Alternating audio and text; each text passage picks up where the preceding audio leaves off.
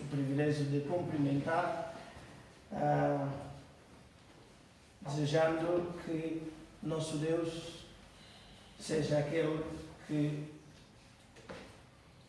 está a dirigir as nossas vidas e também este momento especial de comunhão à volta da sua palavra. E, meus irmãos, nós temos estado a trabalhar nesses últimos domingos, principalmente no Novo Testamento, no Evangelho segundo Lucas. E vamos continuar a olhar para Lucas e da mesma maneira ainda no capítulo 13. Evangelho segundo Lucas, capítulo 13.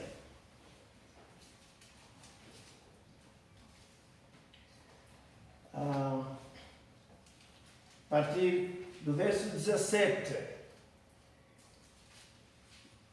Lucas 13, a partir do verso 17.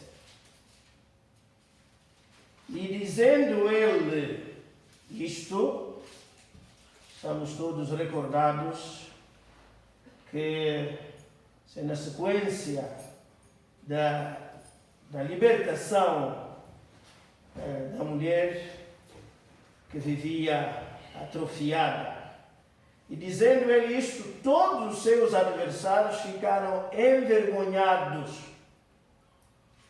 e todo o povo se alegrava por todas as coisas gloriosas ou maravilhosas que eram feitas por ele, Jesus.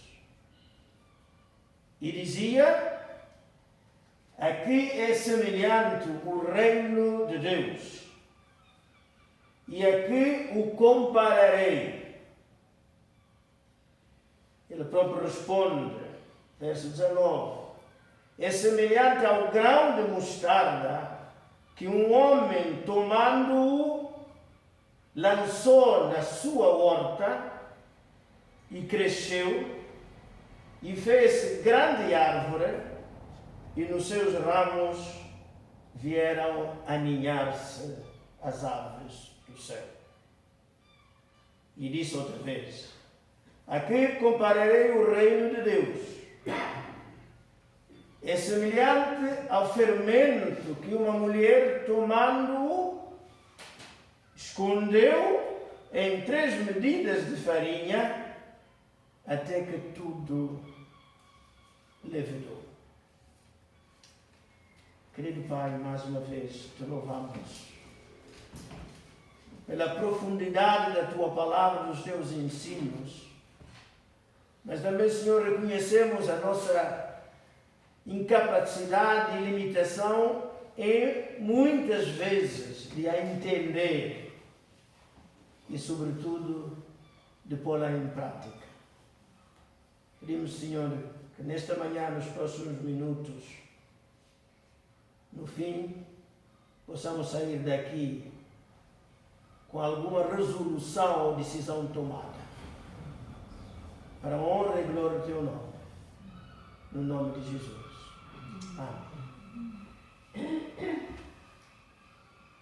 Meus irmãos, sabemos, pelo menos todos que andaram na escola, estudaram as famosas figuras de linguagem, que entre essas nós temos as parábolas. Não é só a Bíblia que fala em parábolas. A literatura mundial está cheia delas, desde os tempos antigos até os nossos dias.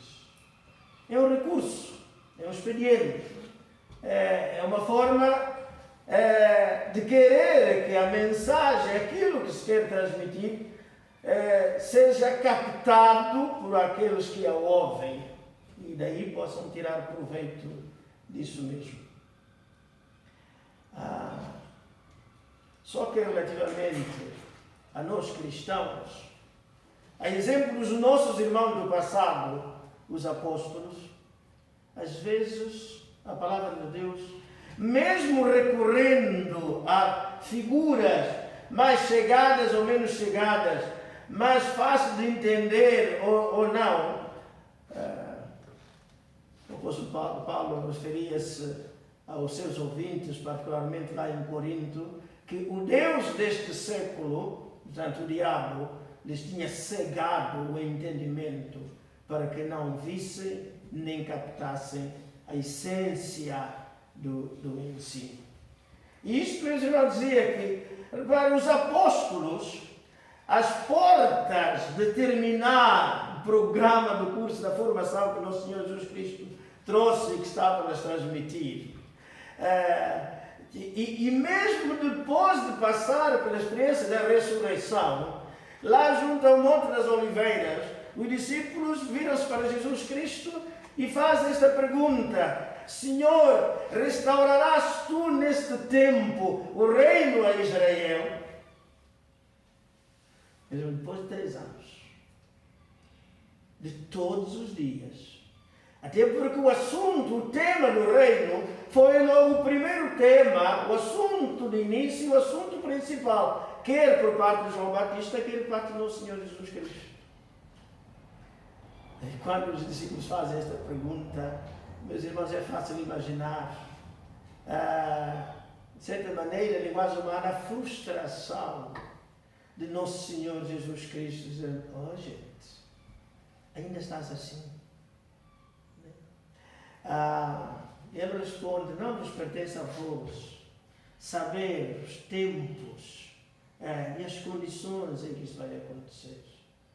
E então, em vez de continuar a desenvolver sobre o tema do reino de Deus, Jesus Cristo dá-nos um trabalho, mas gente, vocês precisam de trabalhar, né?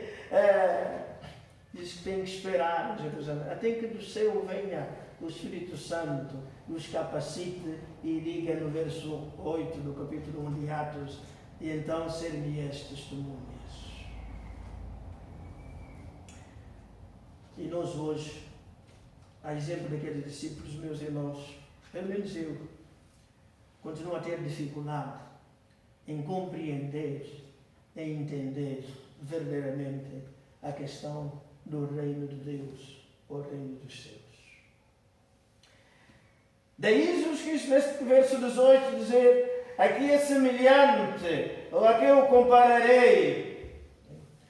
Jesus está aqui como um bom professor, tem na sua cabeça o assunto, mas olha para os seus alunos, ou os seus discípulos, dizendo: bem, que imagem, que figura, de que é que eu me vou servir para ver se esta mensagem entra, e se calhar se entra de vez, para ficar como um assunto arrumado, para se entrar numa nova matéria. De que Jesus Cristo vai se servir? Verso 19, meus irmãos, vai-se servir não da filosofia, não da política, não da medicina, não de qualquer outro ramo do conhecimento, mas daquilo que está ao alcance de qualquer um deles, para ninguém dizer assim: mas eu não fui à universidade, eu não fui ao técnico, eu não fui. Não, é algo que estava acessível a todos. E então pega ele dizer que é semelhante, é comparável, é parecido com o grão de mostarda. Meus irmãos, não é por acaso o fato de dizer que Jesus Cristo foi o mestre dos mestres. Toda a gente ali presente. Quando Jesus Cristo fala no grão da mostarda, na semente da mostarda, toda a gente imediatamente começou a ver na sua mente, a imaginar, né? E as senhoras imediatamente voou a mente para a cozinha, ou para a banca, ou para aqueles recipientes, ou almofariz. Pois, grão de mostarda, pois é. Né? Agora, ainda ontem eu moei, ainda ontem eu triturei, ainda ontem eu fiz uma pastinha, ainda ontem eu misturei com óleo e untei, e friccionei, massageei. Algo que toda a gente conhecia, sabia e usava. Mas falar do reino dos céus, coisas espirituais, usar a sementinha de uma planta, de um arbusto. Mas realmente ele, como o mestre dos mestres, como há pouco dizíamos, sabia que partindo dali podia chegar onde queria chegar. Então, semelhante ao grão de mostarda. Mas o que é mostarda? Mostarda nós temos nas nossas cozinhas, enfim. Mas ali na Palestina era a mais pequena das sementes que podia existir. As medidas do grão de mostarda normal varia entre 1 milímetro a 2 milímetros de tamanho, de diâmetro, a semente de mostarda. Isso, portanto, é uma coisa pequenina. É preciso segurar bem, senão escapa, foge-nos das mãos, entre os dedos. Diz que é semelhante ao grão de mostarda, né, que um homem, meus irmãos, entra aqui um homem, ser humano, está a falar do reino dos céus. O reino de Deus não é só obra de Deus. O reino dos céus não é só obra de Deus. Aliás, a palavra de Deus está cheia de tantos exemplos. O apóstolo Paulo, na segunda carta aos Coríntios, no capítulo 5, capítulo 5, chega à conclusão dizendo que ele, Paulo, a sua equipa e os irmãos da igreja lá de Corinto eram cooperadores de Deus. E como é que o homem pode cooperar com Deus? Diz que um homem, tomando o grão, lançou na sua horta. Deus precisa de si, de mim, de cada um de nós, para que o seu reino se desenvolva. Assim como o reino da terra, ou os reinos da terra, os reis, por mais poderosos que possam ser, eles precisam dos súbditos, dos cidadãos. Dizer que sim, senhor, que o convento de Mafra foi no reinado de Dom João V, tudo bem, mas não foi Dom João V que pegou na talocha, que pegou no escopro, pegou em qualquer outro instrumento para destruir aquilo. Foram um conjunto de trabalhadores. É verdade que as pirâmides do Egito não foi obra do Ramsés ou de qualquer outro faraó. É verdade que ficou com o nome. Mas muitos cidadãos do Egito, também muitos judeus colaboraram na construção. E o reino de Deus é a mesma coisa. Que um homem tomou e lançou na sua horta. 1 Coríntios capítulo 3. 1 Coríntios capítulo 3, meus irmãos, nós conhecemos esse texto, mas é bom lembrar a partir do verso 6 o seguinte: o apóstolo Paulo tem esta consciência. Eu plantei, Apolo regou, mas Deus deu o crescimento. E voltando a Lucas 13, diz que o homem tomou, lançou na terra e cresceu. Não vai crescer se não for lançado. Meus irmãos, a realidade do reino de Deus, a nossa medida, e uma das primeiras coisas que se aprende é que a igreja, a congregação, a paróquia, o conjunto de pessoas, é uma agência, é uma representação, é uma delegação do reino de Deus. E então o reino de Deus no seu todo o conjunto, é a soma das diversas delegações, das diversas paróquias espalhadas pelo mundo.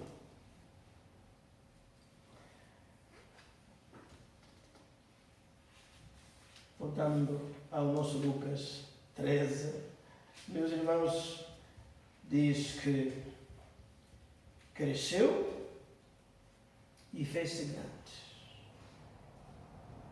Cresceu e fez-se grande. E às vezes nós, mas a nossa igreja não cresce. Nós passamos logo para que a nossa igreja não cresce, mas a família não cresce, mas a empresa não cresce, mas o país não cresce. A questão é, o crescimento é compete a Deus. A questão é que você já semeou? Você já plantou? O que é que tem semeado? O que é que tem plantado? O crescimento é obra de Deus. A pessoa está à espera que cresça, mas cresça o quê? Se você não plantou, não vai crescer. Se não plantou, não vai crescer. Se continuar a não semear, não vai crescer. Se continuar a não plantar, não vai crescer. Deus está à espera que o homem, como diz aqui, lance o grão de mostarda na terra. Cresceu e fez grande árvore. Meus irmãos, Isaías, no capítulo 53, diz que, em relação a Jesus Cristo, olhando nós para ele, citado textualmente Isaías, no capítulo 53, nenhuma formosura vimos nele. Depois o Novo Testamento, meus irmãos, vem dizer que, em João 1,46, poderia vir alguma coisa boa de Nazaré. Em Jeremias diz que ai daquele que despreza o dia das coisas pequenas. Diz, é tão pequenino, não vale nada, é melhor deitar fora. Jesus está, no fundo, a profetizar que aquilo que ele veio dar de início não continuaria a ficar pequenininho, não. Iria crescer. Ele ia dar crescimento. As pessoas podiam desprezar e olhar assim, é de Nazaré. Nada de especial. Aliás, o apóstolo Paulo, do apóstolo Paulo, as pessoas diziam lá em Corinto, a igreja de Corinto, lá em Corinto, pois, ele aproveita-se das cartas, né? Das cartas e pronto, e diz umas coisas, né? E algumas até bem fortes, mas só que a figura dele é desprezível. Alguns dizem que o Saulo passou para Paulo, que foram alguns crentes, se calhar até de Corinto, porque Paulo em latim significa pequeno, né? Que ele não fosse grande figura, e pronto. E acabou por ser Paulo, pequeno. Né? Mas, como a mostarda, uma sementinha pequenina, se for plantada, se for regada, com o crescimento que Deus dá, meus irmãos, os efeitos é que, nos seus ramos, última parte do verso 19, se aninharam aves dos céus. Quando é que de uma sementinha tão pequenina vai depois em árvore ser abrigo, oásis para as aves do céu? Meus irmãos, estamos a falar do reino de Deus. Estamos a falar do reino de Deus. E a coisa interessante, meus irmãos, que qualquer pessoa que já emigrou, que já saiu da sua terra ou do seu país e foi para fora, e que seja cristão, quando chega, e uma das primeiras coisas é procurar saber onde é que há uma igreja, onde é que há um templo, um lugar de adoração, como Paulo, Timóteo e Silas, quando chegaram a Filipos, diz que, e Lucas, procuramos um lugar para adoração. E lá fora, e quando chegaram, tinham lá um conjunto de senhoras. Meus irmãos, a sensação extraordinária de nós chegarmos a uma cidade onde nunca estivemos,